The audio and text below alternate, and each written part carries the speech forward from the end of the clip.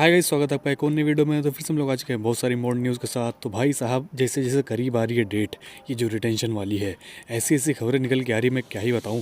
एक दिन कुछ और होता है, एक दिन कुछ और होता है। तो नई अपडेट्स निकल के आ चुके हैं। जो ट्रेड डील्स हो रही थी, फिर चाहे वाशिंगटन सुंदर के ऊपर अपडेट हो कि भाई क्या वो चेन्नई में आएंगे या फिर नहीं, उसके ऊपर बहुत बड़ी अपडेट निकल के आ चुकी है। फिर चाहे वो राजस्थान रॉयल्स या दिल्ली या KKR वाला जो डील चल रहा था, संजू सैमसन, स्टब्स और KL राहुल वाला, उसके ऊपर बहुत बड़ी अपडेट निकल के आ चुकी है। क्या शामी CSK में जाएंगे, क्या CSK उन्हें टारगेट करेगी, क्या वो ऑक्शन में भी आएंगे, इसके ऊपर बहुत बड़ी अपडेट निकल के आई है। और CSK को क्या मैक्सवेल, मिचेल ओवन, इन सबको किसी में से किसी को टारगेट करना चाहिए या फिर नहीं, उसके ऊपर भी बहुत बड़ी अपडेट है। और CSK क्या कर सकती है, ऑक्शन में कौन कौन से ऑप्शंस अवेलेबल हैं, कैमरन ग्रीन के कितने चांसेस अब हैं, उसके बारे में हम लोग बात करने वाले हैं। तो ये इंपॉर्टेंट वीडियो भाई साहब, तो पूरा जरूर देखिएगा, बहुत मजा आने वाला है आपको। बहुत ही इंपॉर्टेंट चीजें इसमें आपको बताने वाला हूँ मैं। और हाँ, अगर आपको वीडियो अच्छी लगे तो लाइक जरूर कर दीजिएगा और चैनल जरूर सब्सक्राइब कर लीजिएगा ऐसी ही नई वीडियोस के लिए, क्योंकि भाई यहाँ पे आपको सबसे पहले अपडेट्स मिलती है। तो प्लीज सब्सक्राइब करके रख लीजिए। और हाँ, टेलीग्राम ज्वाइन करना मत भूलना।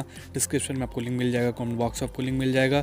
बहुत सारी चीज़ें वहाँ पे भी हैं। सबसे पहले न्यूज़ वहीं पे आपको मिलती है, जो भी ट्रेड होती है सब कुछ। तो प्लीज़ जाइए, ज्वाइन करिए। तो चलिए फाइनली अब इस वीडियो को शुरू कर लेते हैं। तो सबसे पहले तो हम लोग बात करने वाले हैं वाशिंगटन सुंदर वाली डील के बारे में। तो भाई क्या उस पर मतलब अभी डेवलपमेंट्स हैं।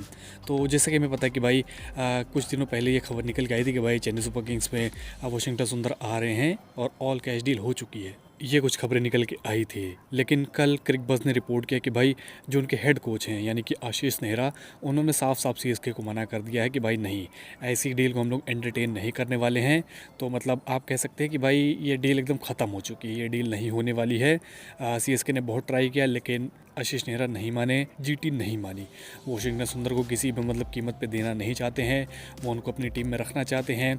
और जिस तरीके से वो खेल रहे थे IPL के आखिरी मैच में जो उनका गुजरात टाइटन्स का था, उसमें भी मुझे लगता है 25 गेंदों पे 48 रन बनाए थे। तो स्पार्क तो उन्होंने तब भी दिखाया था। और फिर ये ऑस्ट्रेलिया के खिलाफ जो पारी खेली है, उनके अंदर है पोटेंशियल। तो GT उन्हें छोड़ना नहीं चाहेगी। और वही सेम आशीष नेहरा ने किया है, उन्होंने साफ साफ चेन्नई सुपर किंग्स को मना कर दिया है। अब इससे क्या हमें खुश होना चाहिए या फिर नहीं? तो भाई देखो, मेरा स्टांस पहले से भी क्लियर रहा है कि भाई सुंदर आए ना आए कोई फ़र्क नहीं पड़ता है। आते हैं तो भी ठीक है, नहीं आते हैं तो भी ठीक है। हम लोग उनके बिना भी टीम एक अच्छी बना सकते हैं।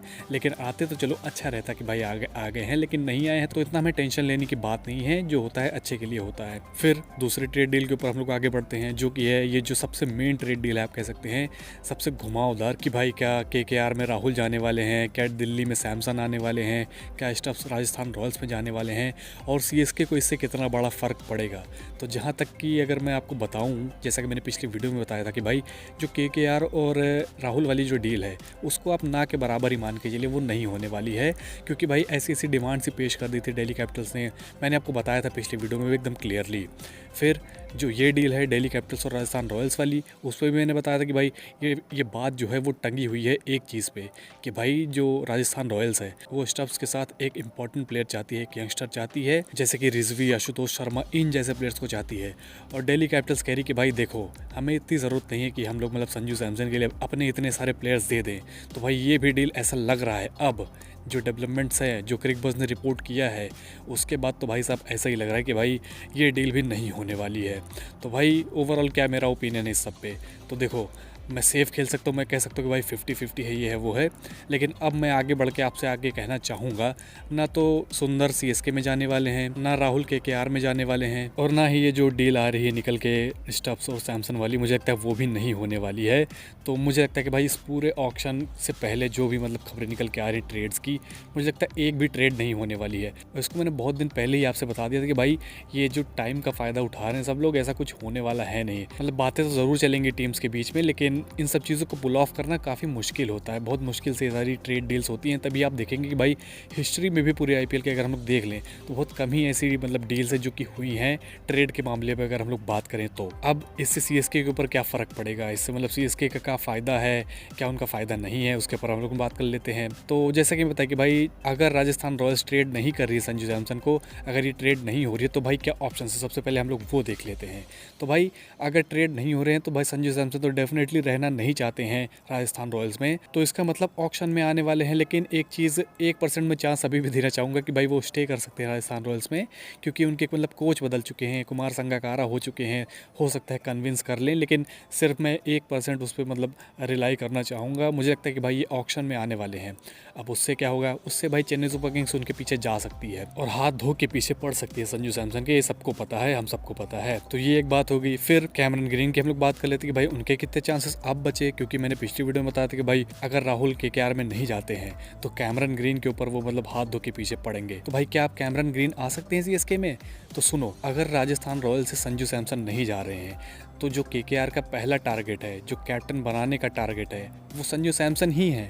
तो भाई वो संजू सैमसन के पीछे जाएंगे, और अगर वो संजू सैमसन के पीछे जाते हैं तो सीएसके के पास एक मौका है कैमरन ग्रीन को लेने का। लेकिन इस पिक्चर में भी एक और टीम है, वो है लखनऊ सुपर जायंट्स। भाई उनके भी पर्स बहुत बड़ी हो सकती है, जैसा कि खबरें निकल के आ रही हैं।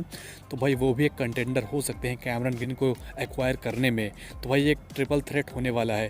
सब कुछ डिपेंड करता है कि भाई वो डील होगी या फिर नहीं, जिसके बारे में मैंने आपको बता ही दिया है कि भाई वो डील नहीं होगी। इसका मतलब जो प्राइमरी टारगेट केकेआर के हो जाते हैं वो संजू सैमसन हो जाते हैं। तो अगर अब हम लोग देखें तो भाई ये 1-on-1 हो जाता है, एलएसजी वर्सेस सीएसके। यही दोनों मतलब फाइट कर सकते हैं कैमरन ग्रीन को एक्वायर करने के लिए। अब देखते हैं भाई किसके पास कितनी पर्स रहती है, उसके ऊपर डिपेंड करेगा, और किसकी कैसी नीड्स रहती है वो भी मतलब एक इंपॉर्टेंट पार्ट है। किसको कितने गैप्स भरने हैं, कितने इंपॉर्टेंट गैप्स भरने हैं, सब चीज़ें इसमें मतलब प्ले करने वाली हैं कि किस टीम में कैमरन ग्रीन जाते हैं। तो ये हो गई कैमरन ग्रीन की बात। अब मैं एक बात आपसे कर रहा था शुरुआत में कि भाई Maxwell, Mitchell Owen, Marcus Stoinis, इन सब में किसके ज़्यादा चांसेस है सीएसके में एंड अप करने के। तो भाई अगर मैं आपको क्लियरली बताऊं तो पंजाब किंग्स की अगर मैं बात करूं तो भाई Mitchell Owen, Glenn Maxwell, Marcus Stoinis, Azmatullah Omarzai, इन चारों में से एक ना एक प्लेयर ज़रूर रिलीज़ होने वाला है। जिसमें सबसे ज़्यादा चांसेस मैं आपको बताऊं किसके हैं, वो है ग्लेन मैक्सवेल और उमरजाई के। तो मुझे लगता है जो ग्लेन मैक्सवेल है उसकी पॉसिबिलिटी बहुत हाई है कि वो चेन्नई सुपर किंग्स में आ सकते हैं। हालांकि हम लोग मतलब भगवान से ज़रूर मनाएंगे कि भाई किसी तरीके से ये लोग मिचेल ओवन या फिर मार्कस स्टोइनिस को रिलीज़ कर दें, क्योंकि अगर ये दोनों अगर रिलीज़ होते हैं तो भाई इनको अगर हम लोग टारगेट कर लेते हैं तो बहुत मज़ा आएगा। लेकिन एक बात और है, अगर हम लोग कैमरन ग्रीन के पीछे इतना हाथ धो के पड़ रहे हैं तो क्या हमें एक ओवरसीज़ फिनिशर की ज़रूरत है? ये एक बहुत बड़ा सवाल है। क्योंकि अगर मान लीजिए हम लोग कैमरन ग्रीन को किसी तरीके से कोई 1% अगर चांस है कहीं से भी हम लोग उसको अपनी टीम में ले आते हैं, तो क्या हम लोग एक और ओवरसीज़ खरीदेंगे जिसको हम लोग प्लेइंग 11 में डालेंगे? क्या हम लोग फालतू का पैसा खर्च करेंगे?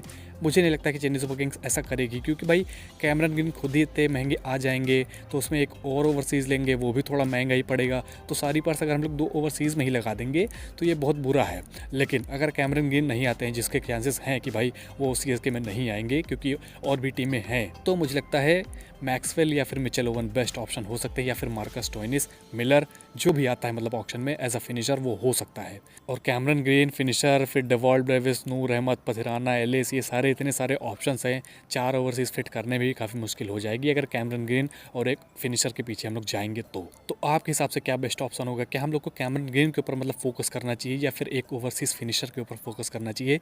क्योंकि दोनों तो साथ में लेना एकदम बेवकूफ़ी होगी, एक ही हम लोग लेंगे तो ही सही रहेगा। तो आप बताइए कि भाई आप किसे लेना चाहेंगे? फिर आगे बढ़ते हैं, बात कर लेते हैं मोहम्मद शामी के बारे में।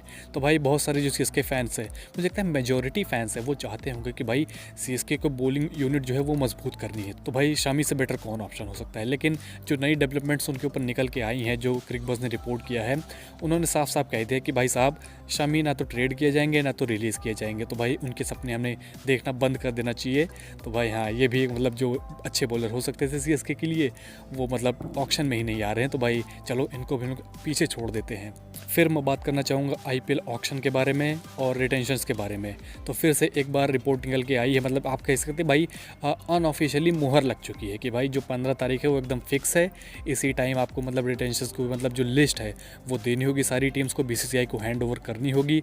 और रही बात ऑक्शन की, तो वो 13 से 15 के बीच में ये होने वाला है ऑक्शन। अनऑफिशियली मुहर लग चुकी है। और आईपीएल ऑक्शन होगा कहाँ? तो मैंने बहुत पहले आपको बताया था कि भाई आईपीएल का जो ऑक्शन है वो फिर से एक बार बाहर जा सकता है, इंडिया से बाहर जा सकता है, जिसमें कि कतर, ओमान ये सारे कैंडिडेट्स हैं, यहीं पे मतलब ऑक्शन किया जा सकता है इस बार भी। तो ये कुछ ऑक्शन के ऊपर अपडेट्स थी। फिर मैं बात करना चाहूँगा हमारे लॉर्ड दीपक हुडा के बारे में। तो भाई अभी उन्होंने मतलब 248 रन बनाए हैं रणजी ट्रॉफी में। तो भाई बहुत सारे जो सीएसके के फैंस हैं उनके बीच में एक डर बैठ गया कि भाई साहब कहीं सीएसके इसको देखकर मतलब उनको रिटेन ना कर ले।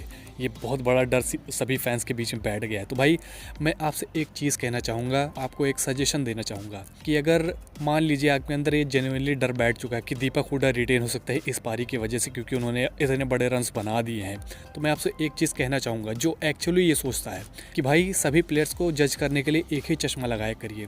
अगर आप सचिन रविंद्र को कह सकते हैं कि भाई उन्होंने ओडीआई में परफॉर्म किया है, टी20 में नहीं किया है, और ओवर्टन को भी उसी चश्मे से जज कर रहे हैं, तो सेम चश्मा आप दीपक हुडा के लिए भी लगाइए। ये तो रणजी ट्रॉफी में इन्होंने रन बनाया, तो इस बेसिस पे हम लोग कैसे इनको रिटेन कर सकते हैं अगर आप ओवर्टन और सचिन के फेवर में नहीं है। चलिए ओवर्टन और सचिन को तो हम लोग रिटेन भी कर लें क्योंकि उनके अंदर पोटेंशियल है, और मैं सचिन के फेवर में इसलिए हमेशा रहता हूँ क्योंकि भाई वो भी यंग है, उनके लिए बहुत सारी क्रिकेट अभी बाकी है।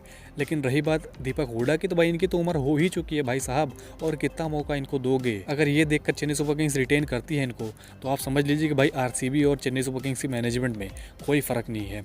हालांकि अब तो आरसीबी की मैनेजमेंट भी कितना सुधर गई है, चेन्नई सुपर किंग्स के लेवल पे वो मतलब प्रोसीड कर रहे हैं। लेकिन फिर भी पास्ट की अगर मैं बात करूँ, अगर वो दीपक हुडा को इस परफॉर्मेंस के ऊपर रिटेन करते हैं तो भाई डिफरेंस बताना मुश्किल है कि भाई कौन सी आरसीबी कौन सी सीएसके। आप बताइए आप इस बारे में क्या सोचते हैं, प्लीज़ मुझे कमेंट सेक्शन में बताइए। तो ये रही कुछ इंपॉर्टेंट अपडेट्स, मैंने सोचा आपके साथ शेयर कर दी जाए। और हाँ, लाइव हुई थी, मज़ा आ गया कल जो लाइव हुई थी, तो होपफुली आज भी लाइव हम लोग करने वाले, प्लीज़ आइएगा। और हाँ, ऐसी ही वीडियोज़ के लिए भाई चैनल जरूर सब्सक्राइब कर लीजिएगा, क्योंकि भाई आपको पता है इंपॉर्टेंट चीज़ें आ रही हैं, बहुत इंपॉर्टेंट चीज़ें आ रही हैं। तो अगर आप सीएसके के फैन हैं तो प्लीज़ सब्सक्राइब करके रख लीजिए, आपको बहुत सारी इंपॉर्टेंट अपडेट्स मिलेंगी। और अगर आपको वीडियो अच्छी लगे तो प्लीज़ भाई लाइक ज़रूर कर दीजिएगा। टेलीग्राम ज्वाइन करना मत भूलना, वो सबसे इंपॉर्टेंट पार्ट है, क्योंकि ट्रेड अपडेट सबसे पहले वहाँ पर मिलती हैं। आप मतलब इंटरैक्ट भी कर सकते हैं सभी सीएसके फैंस के साथ, तो बहुत मज़ा आता है वहाँ पर। तो प्लीज़ जाइए, कमेंट बॉक्स में आपको लिंक मिल जाएगा, डिस्क्रिप्शन में आपको लिंक मिल जाएगा, कहीं से भी आप ज्वाइन कर सकते हैं। तो चलिए फिर मिलते हैं आपसे अगली वीडियो में, तब तक के लिए बाय।